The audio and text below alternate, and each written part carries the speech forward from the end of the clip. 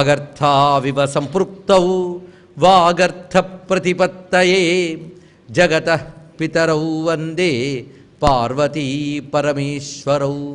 భజే శ్రీచక్రమధ్యస్థాం దక్షిణోత్తరయోః సదా శ్యామావార్తాళి సంసేవ్యాం భవానీం లలితాంబికాం. నమో మహద్భ్యో ఋషిభ్యో గురుభ్యో నమః. రంజనీ రమణి రెండు విషయములు చెప్తున్నాడు.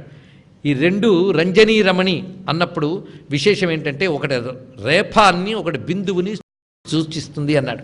మీరు సరిగ్గా ఎలా రావాలంటే వియదీకార సంయుక్తం వీతి హోత్ర సమన్వితం అదే. అందుకే వియత్ రమ్యలో చూపించాడు ఆకాశంలో, రాజీవలోచన దగ్గర ఈకారం చూపించాడు.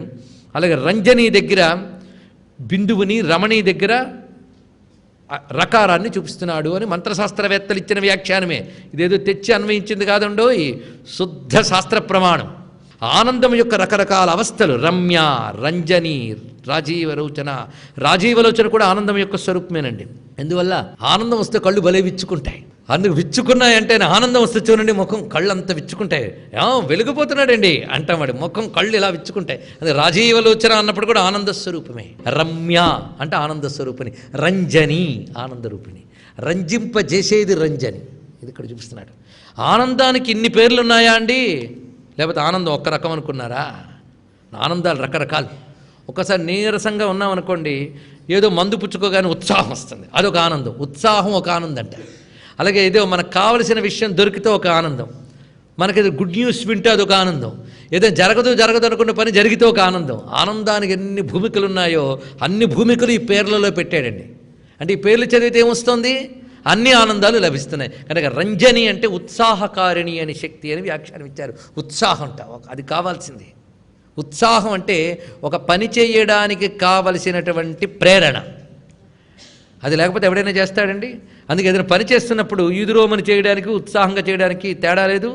రంజని ఉత్సాహకారిణి, అందరిని రంజింపజేస్తుందట తల్లి.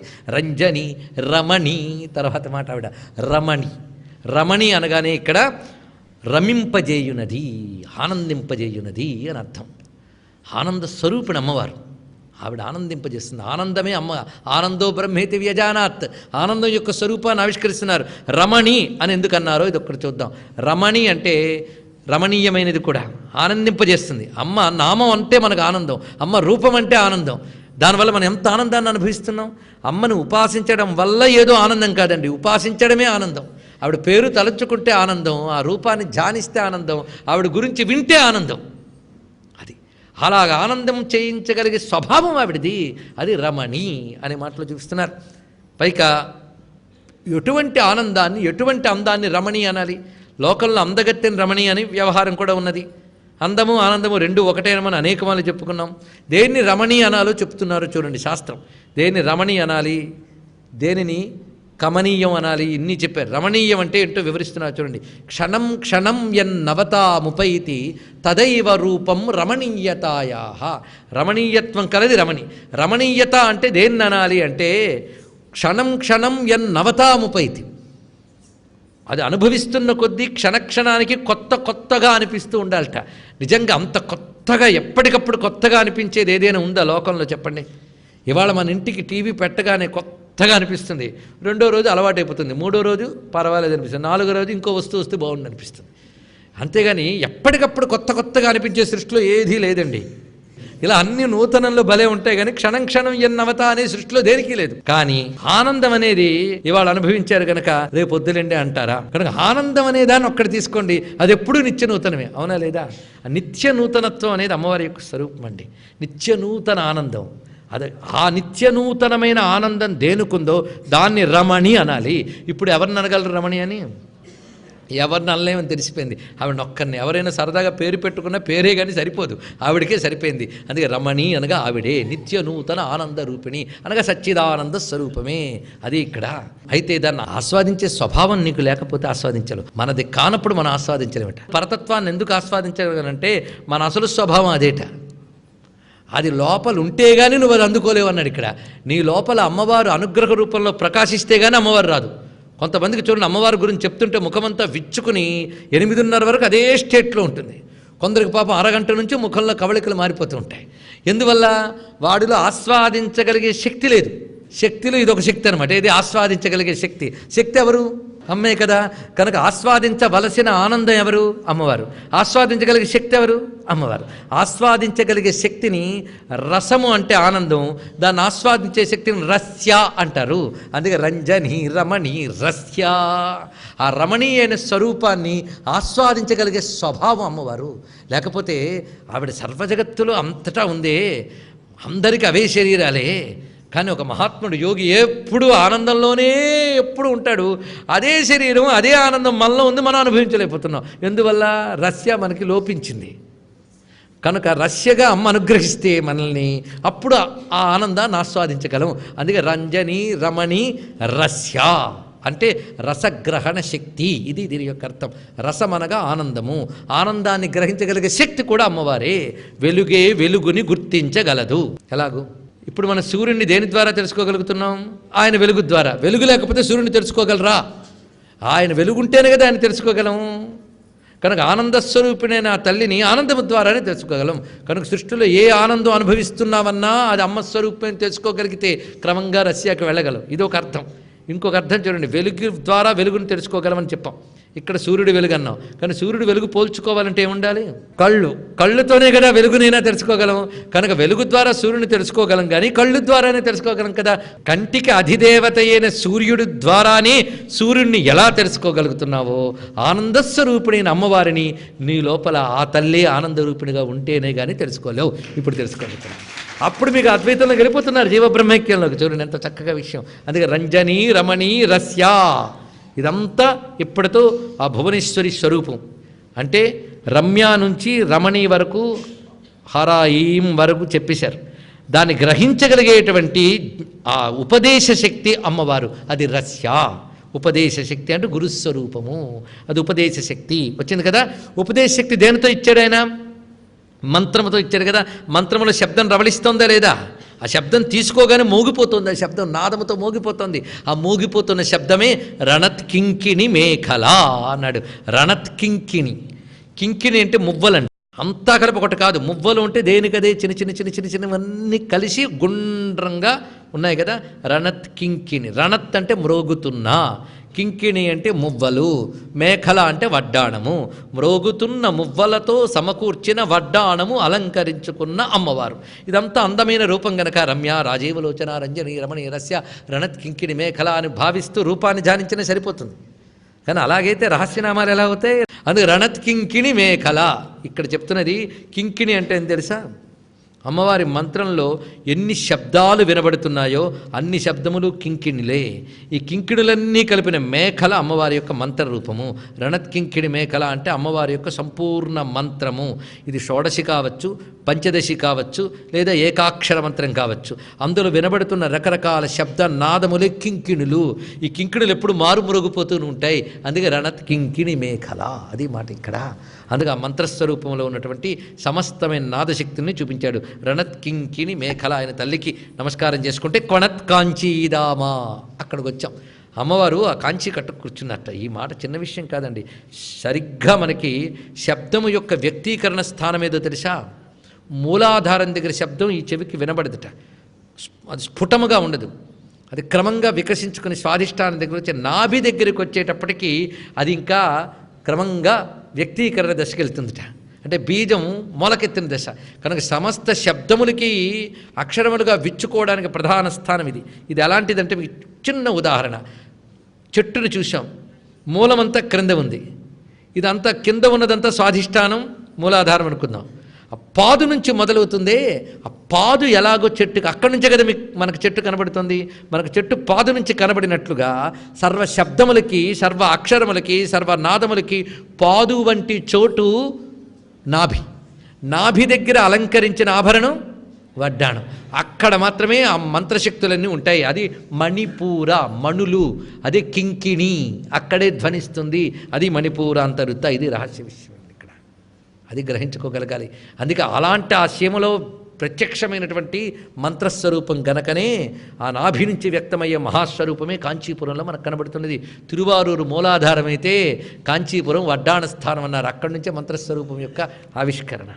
అందుకే ఇక్కడ రణత్కింకిణి మేఖల అన్నప్పుడు ఈ స్వరూపాన్ని మనం చూపిస్తున్నాం. రమా రాకేందువదన రతిరూప రతిప్రియా రమా రాకేందువదన. ఇక్కడ రమ్య రమ రెండు ఇంచుమించు దగ్గర శబ్దములు. రమ అనగా లక్ష్మి, లక్ష్మీ స్వరూపము అనగా ఇక్కడ మళ్ళీ మనకి శ్రీంబీజం కలుపుతున్నారు ఇక్కడ నుంచి వచ్చేటప్పటికల్లా. లక్ష్మీ స్వరూపము. ఈ లక్ష్మీ స్వరూపాన్ని ఎలా ఇస్తున్నాడు చూడండి, బీజాక్షాన్ని ఎలా ఇస్తాడు. రమా అంటే శ్రీ, నాదం లేదు. రాకేందువదన, రాకేందువదన అంటే రాక అంటే నిండు పున్నమి, ఇందు అంటే చంద్రుడు, వదన అంటే ముఖం. నిండు పున్నమి నాటి చంద్రుని వంటి వదనము కలది. అమ్మవారి ముఖం నిండుగా ఉంది అంటే 16 కళలతో ప్రకాశిస్తోంది. సంపూర్ణ షోడశి సంపూర్ణ కళలతో ప్రకాశిస్తున్నది. రమా రాకేందు వదన అని చెప్పినప్పుడు షోడశి ప్రధాన బీజాన్ని ఆవిష్కరిస్తున్నాడు. ఎలా చూద్దాం. రమా అంటే శ్రీ, నాదం లేదు.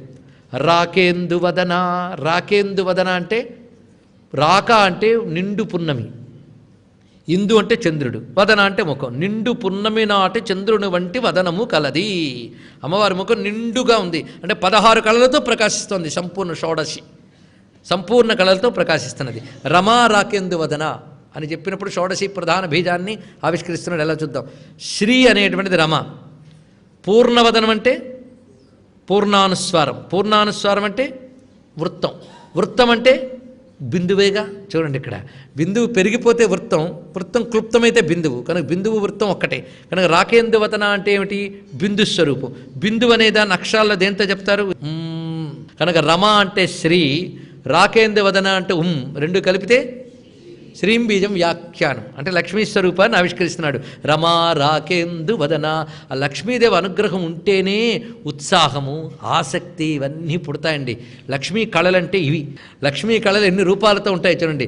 లక్ష్మీ కళ ఉంటే ఉత్సాహం ఉంటుంది, అంతేగాని నాకు దేని మీద ఉత్సాహం లేదండి, నేను అమ్మవారి ఉపాసకుడిని అంటే చాలా తప్పది. అమ్మవారి భక్తులకు ఉత్సాహం, ఎప్పుడు ఉత్సాహం ఉంటాయి. అందుకే మహోత్సాహో మహాబల. ఎవరు విష్ణు సహస్రనామాలు. అది లేకపోతే దానికి ఒక దండం పెట్టుకోవాలట. అందుకే మా విజయం చేరడు వన్యకాడు మది నావేశించు నెల్లప్పుడు. అతనెవడు, ఆ రథాన్ని తోలుతున్నట్టు కృష్ణ పరమాత్మ, ఆ రథాన్ని తోలుతున్నటువంటి పరమోత్సాహుని ప్రశంసించదన్ అంటాడు భీష్మ పితామహుడు. ఆ పరమోత్సాహుని, ఎంత ఉత్సాహం అండి కృష్ణ పరమాత్మ.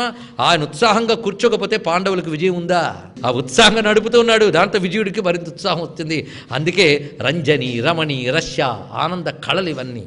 ఆనందం యొక్క సంపూర్ణ వైభవ స్వరూపమే రమా. అది ఉంటేనే ఆనందించే స్వభావం. రమ అంటే క్రీడించుట, రము క్రీడాయాం ఆడుకోవడం, ఆనందించడం. ఆడుకోవడం అంటే ఆనందించడం అండి, ప్లే గేమ్ అని కాదు. ఆడుకోనుట అంటే ఆనందించుట, ఇదే దీని యొక్క అర్థం. అమ్మవారు ఎప్పుడు ఆనంద స్వరూపుడే, అందుకే ఆడుకుంటుందిట. ఆనందం ఉన్నవాళ్ళు ఆడుకుంటారు, అంతేగాని దుఃఖం ఉన్నవాళ్ళని ఆడుకోమనంటే మూడు లేదురా బాబు అంటాడు. ఆనంద స్వభావం ఉంటేనే ఆడుకుంటారు, ఆనందంతో ఆడుకుంటారు, ఆడుకుంటూ ఆనందిస్తారు. ఆటే ఆనందం, ఆనందమే ఆట. అమ్మవారు ఆనంద స్వరూపిణి, ఆటలు ఆడుకుంటోంది, ప్రపంచం అనే ఆట. అందుకే రము క్రీడాయాం అనే ధాతువు ప్రకారంగా రమ లోకాన్ని ఆనందంగా ఆడుకుంటోందండి ఆ తల్లి. అందుకు ముఖం ఎప్పుడు ఆనందంతో విచ్చుకుని రాకేందువదనా రతిరూప, ఎప్పుడు ఆసక్తి రూపంతో ఉంటుందట. ఆసక్తి రూపిణి, ఇది తెలుసుకోవాలి. రతిరూప ఆసక్తి అమ్మవారి రూపం. ఇది మనం మహాశక్తి దగ్గర చెప్పుకున్నాం. ఎప్పుడూ ఆసక్తిగా ఉంటుంది కనుక ఏదో ఒక ఆసక్తి ఉంటే చాలా గొప్పదండి. అందుకు రతిరూప ఆసక్తి రూపం అంటే అమ్మవారు. దేని మీదో ఒక దాని మీద నీకు ఆసక్తి రూపం వచ్చిందా, సంతోషం, అది అలా ఉండని. ఇప్పుడు నీకు మంచి ఇంకా ఆనందం కలిగించే దాని వైపు చూపిస్తా, నీ ఆసక్తి ఇంకా పెరిగిపోతుంది. ఇంతేనండి. అదే రామానుజాచార్యులు వారి చరిత్రలో మనకి చక్కగా కనబడుతుంది. ధనుర్దాస్ చరిత్రలో ఆవిడ కళ్ళకి మీద గొడుగు వేసి పట్టుకెళ్తున్నట్ట. వాళ్ళ ఆవిడ కళ్ళ మీద ఎంత అందంగా ఉన్నాయో ఈ కళ్ళు అంటున్నాడు. ఏమిటయ్యా అంత ప్రేమ ఆవిడ మీద? రామానుజాచార్యులు ఆశ్చర్యపోయాడు. నిజంగా సృష్టిలో ఒక వస్తువును అంత ప్రేమించడం సామాన్యమైన విషయం కాదండి. అనుకుంటూ ఉంటాం, నువ్వు లేక నేను లేను, నువ్వు లేకపోతే చచ్చిపోతాను అనేది చూడ్డానికి పైచెల్లా కనబడుతుంది, కానీ గొప్ప విషయమే. అలా తన ప్రేమనంతటి ఒక దాని మీద ఫోకస్ చేసేటట్టు గొప్పది కాదు. ప్రేమ యొక్క ఫోకస్ గొప్పదే, కానీ దేని మీద చేసాడు అది గొప్పది కాదు. వచ్చింది బాధ అది. అందుకే హనుమాచార్య వారు గొప్ప మాట చెప్పారు. వననిధి కురిసిన వానలివి మతి పనిలేని పనుల భారములు అడవుల వెన్నెలలారడి బ్రతుకులు తడితాకుల పరితాపములు ఒడలొసగిన హరి నొల్లని బ్రతుకులు అన్నాడు. ఇక్కడ ఒడలొసిన హరిని ప్రేమించకుండా ప్రపంచాన్ని ప్రేమించడం అన్నదే అది అడవి కాసిన వెన్నెల, సముద్రంలో కురిసిన వాన అన్నాడు. ఎంత గొప్పగా చెప్పాడు, ఎంత అందమైన మాట. కనుక రతి రూప, రతి చాలా మంచిదే. ఆ రతి పరమాత్మయందు, అందుకే ఆడుదము హరిరతి పాడుదము అంటాడు ప్రహ్లాదుడు భక్తులతో. హరిరతి పాడుదము, ఆ రతి అక్కడ పట్టుకోవాలండి. కనుక రతి రూప, పరమాత్మయందు రతి అమ్మవారి రూపము, ఇది తెలుసుకోవాలి. చాలామంది అంటూ ఉంటారు, అయ్యా లలితా శాస్త్రం వేరు, రాధాదేవి వేరు కదండి. రాధాదేవి నామాలు లలితా శాస్త్రాల్లో ఉన్నాయి, అందులో రతి రూప రతి ప్రియ. ఇది తెలిస్తే రమతే యమునా పులినవనే తెలుస్తుంది. రాధామాధవ రతిచరితమితి బోధావహం శృతిభూషణం. ఆ రతి రూప అమ్మవారు ఎలా ఉంటారంటే రతి రూపంగా ఉంటుంది. ఎప్పుడు రతి ఆవిడికి. ఎవరి యందు రతి? ఆ పరమాత్మ యందు నిరంతరం రతి. ఆ పరమాత్మ కృష్ణుడైతే ఆవిడ రాధారూపునిగా రతి, ఆ పరమాత్మ శివుడైతే ఆవిడ పార్వతీ రూపంగా రతి. ఆవిడ ఎప్పుడు రతి. ఎంత రతికి రాకపోతే అమ్మ ఇంక తపశ్చాలమ్మ, కృషించిపోయే వచ్చే అన్న మీరు పొండి నేను తపస్సు చేస్తానంతే. ఆఖరికి ఆయన ముసలి వేషం వేసుకొచ్చి ఇంత చేసి వాడి కోసమా నీ రతి అంటే, రతి ఎలాంటిది నీకు తెలియదు పో అని చెప్పి ఆయన్నే పంపించి రతి చూపించింది ఎవరు? అమ్మ పార్వతి. కనుక రతి రూప, ఆ రతి అంతా రూపం కట్టిందండి. పరమేశ్వరుడిపై ప్రేమంతా రూపం కట్టి కనబడింది ఆ తల్లి ఎడలా, అది రతి రూప. ఏమి అంత రతి ఎందుకమ్మా నీకు ఆ శివుడి మీద అంటే, ఆ రతిలో ఉన్న ప్రీతి అంటే నీకు తెలియదు పో అంటుంది. అందుకే రతి ప్రియా అంతే. ఆ రతి ఎంత ప్రియమో అమ్మవారికి తెలుసండి. అది రతి రూప రతి ప్రియా అన్నాడు ఇక్కడ. ఇది తెలుసుకోవాలి. అంటే పరమేశ్వరుని ఎందు ఆసక్తికి రతి అని పేరు. దానికి మరొక పేరు భక్తి. సా పరానురక్తిరీశ్వరే అని శాండిల్యుడు భక్తి సూత్రాలకు అర్థం చెప్తూ రతి ఏ భక్తి అన్నాడు. ఏమిటయ్యా రతి అంటే, పరమమైన రతి పరమాత్మ మీద ఉంటే దానికి పేరు భక్తి అని. కనుక రతి రూప అంటే భక్తి రూప, భక్తి ప్రియా భక్తివశ్య, అదే రతి ప్రియా. అది వచ్చింది ఇక్కడ. పరమాత్మ యందు రతి అమ్మవారి రూపము. అయ్యా రతి అంటే అన్నిటి మీదే కదా అంటే, రతి అమ్మవారే కానీ నువ్వు ఎక్కడో పడేసేదాన్ని. పరమాత్మ మీద ఇటు తిప్పు అంతే. అందుకు రతి రూప రతి ప్రియా. అమ్మవారి అనుగ్రహం ఉంటే కానీ పరమాత్మ మీద ప్రీతి కలగదు. అందుకే రతి రూప రతి ప్రియా. రక్షాకరి రాక్షసగ్ని. ఇంకొక అర్థం చెప్తున్నారు రతి రూప రతి ప్రియాకి. ఇది కూడా తెలుసుకోవాల్సింది. కాముడి భార్య రతి కదండి. కాముడు అంటే ఎవడు? కామేశ్వరుడు. కామేశ్వరుడు భార్య గనక కామేశ్వరుణ్ణి ఆస్వాదిస్తున్న మహాకామేశ్వరే రతి రూప. అందుకే ఈ తల్లికి మహాభక్తులంటే చాలా ఇష్టం. భక్తులంటే ఇష్టం గనక ఆవిడ రతీదేవి అమ్మవారిని కొలుచుకుంది. ఎందుకంటే ఎప్పుడైతే భర్త మరణించాడో ఆయన్నే పట్టుకుంది. ఏం చేస్తుంది? ఆ తల్లినే ఉపాసించింది. మొత్తం ఉపాసించడంతో రతీదేవి పట్ల ప్రీతి కలిగి రతీదేవికి మరణించిన మన్మధుడిని తిరిగి బతికించి ఇచ్చింది. అందుకే తన భక్తురాలైన రతీదేవి పట్ల ప్రీతి కలిగింది కనుక రతిప్రియ. ఇది మరొక అర్థం అండి. దీనిలో మనకు తేలిపోయిన విషయం ఏంటి? భక్తులంటే ప్రీతి కలిగిన తల్లి. భక్తులంటే ప్రీతి కలగాలి అంటే అమ్మవారికి నువ్వు ముందు ఆ తల్లిపై భక్తి కలిగి ఉండు. ఆ భక్తి అమ్మవారి దయలేంది రాదు. అందుకే భగవంతుడి దయలేంది భక్తి రాదుట, భక్తి లేనిది భగవంతుడి దయ రాదుట. అంటే అర్థం ఏంటంటే, అనేక జన్మల పుణ్యాలుంటే భగవంతుడికి అనిపిస్తుందట వీడిని నా దగ్గరికి తీసుకుంటే బాగుండు అని. అప్పుడు ఆయన ఏం చేస్తాడంటే నిత్యనిస్తాడట పైనుంచి కిందకి. అది భక్తి. అది పట్టుకుని వెళుతూ ఉంటే ఆయన దగ్గరికి వెళ్తాడంట. అంటే ఆయనే ఇస్తాడు భక్తి. అది పట్టుకుని సాధన చేస్తూ చేస్తూ చూస్తూ ఉంటే ఆయనే దొరుకుతాడు. అందుకే ఆయన కృపలేనిది భక్తి రాదు. అందుకే రాధమ్మ దయలేనిది కృష్ణుడు దొరకడు అంటూ ఉంటారు కొంతమంది. వెంటనే మన వాళ్ళు తిరిగి రాధాదేవి పురాణాల్లో ఎక్కడుందండి? భాగవతంలో కనబడలేదండి. భాగవతం అంతా రాధే. భగవంతుడి మీద రతే రాధమ్మ. ఇంకేం తెలుస్తుంది? ఆ రాధమ్మే రతి రూపా. రతి రూపా రతి ప్రియా. ఆ తల్లి ఎక్కడ? రక్షాకరి రాక్షసగ్ని. అయ్యా ఏదో భక్తి కష్టపడి తెచ్చుకున్న యోగం, ఈ యోగం సాధన చేస్తున్నా కానీ ప్రపంచం చుట్టూ ఉందే ఈ యోగాన్ని కొరికేస్తూ ఉంటుంది. ఏం చేస్తాం? నీకు ఏ యోగం నా దయవల్ల వచ్చిందో అది నన్ను చేరే వరకు కాపాడుకోవడం నా బాధ్యత అంటున్నాడు పరమాత్మ. చూడండి, ఏదో గత జన్మల పుణ్యాల వల్ల గురువు మంత్రం ఇచ్చాడు, లేదా మనకు అమ్మవారిపై భక్తి కలిగింది వచ్చింది, కానీ ప్రపంచం కొరికేస్తుంది మనల్ని, ఆసక్తి కొరికేస్తుంది. ఏం పర్వాలేదు, నీకు నేనే యోగం ఇచ్చాను కనుక నన్ను పట్టుకో, నన్నే ఉపాసించు.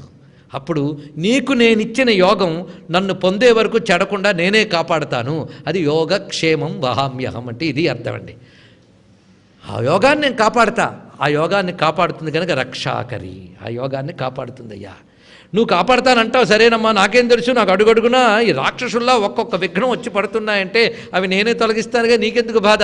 రాక్షసగ్ని, ఇది ఇక్కడ ఆ ఇచ్చిన భక్తి యోగాన్ని కాపాడుతుంది, అడ్డుకునే విఘ్నాన్ని తొలగిస్తుంది కనుక రక్షాకరి రాక్షసగ్ని.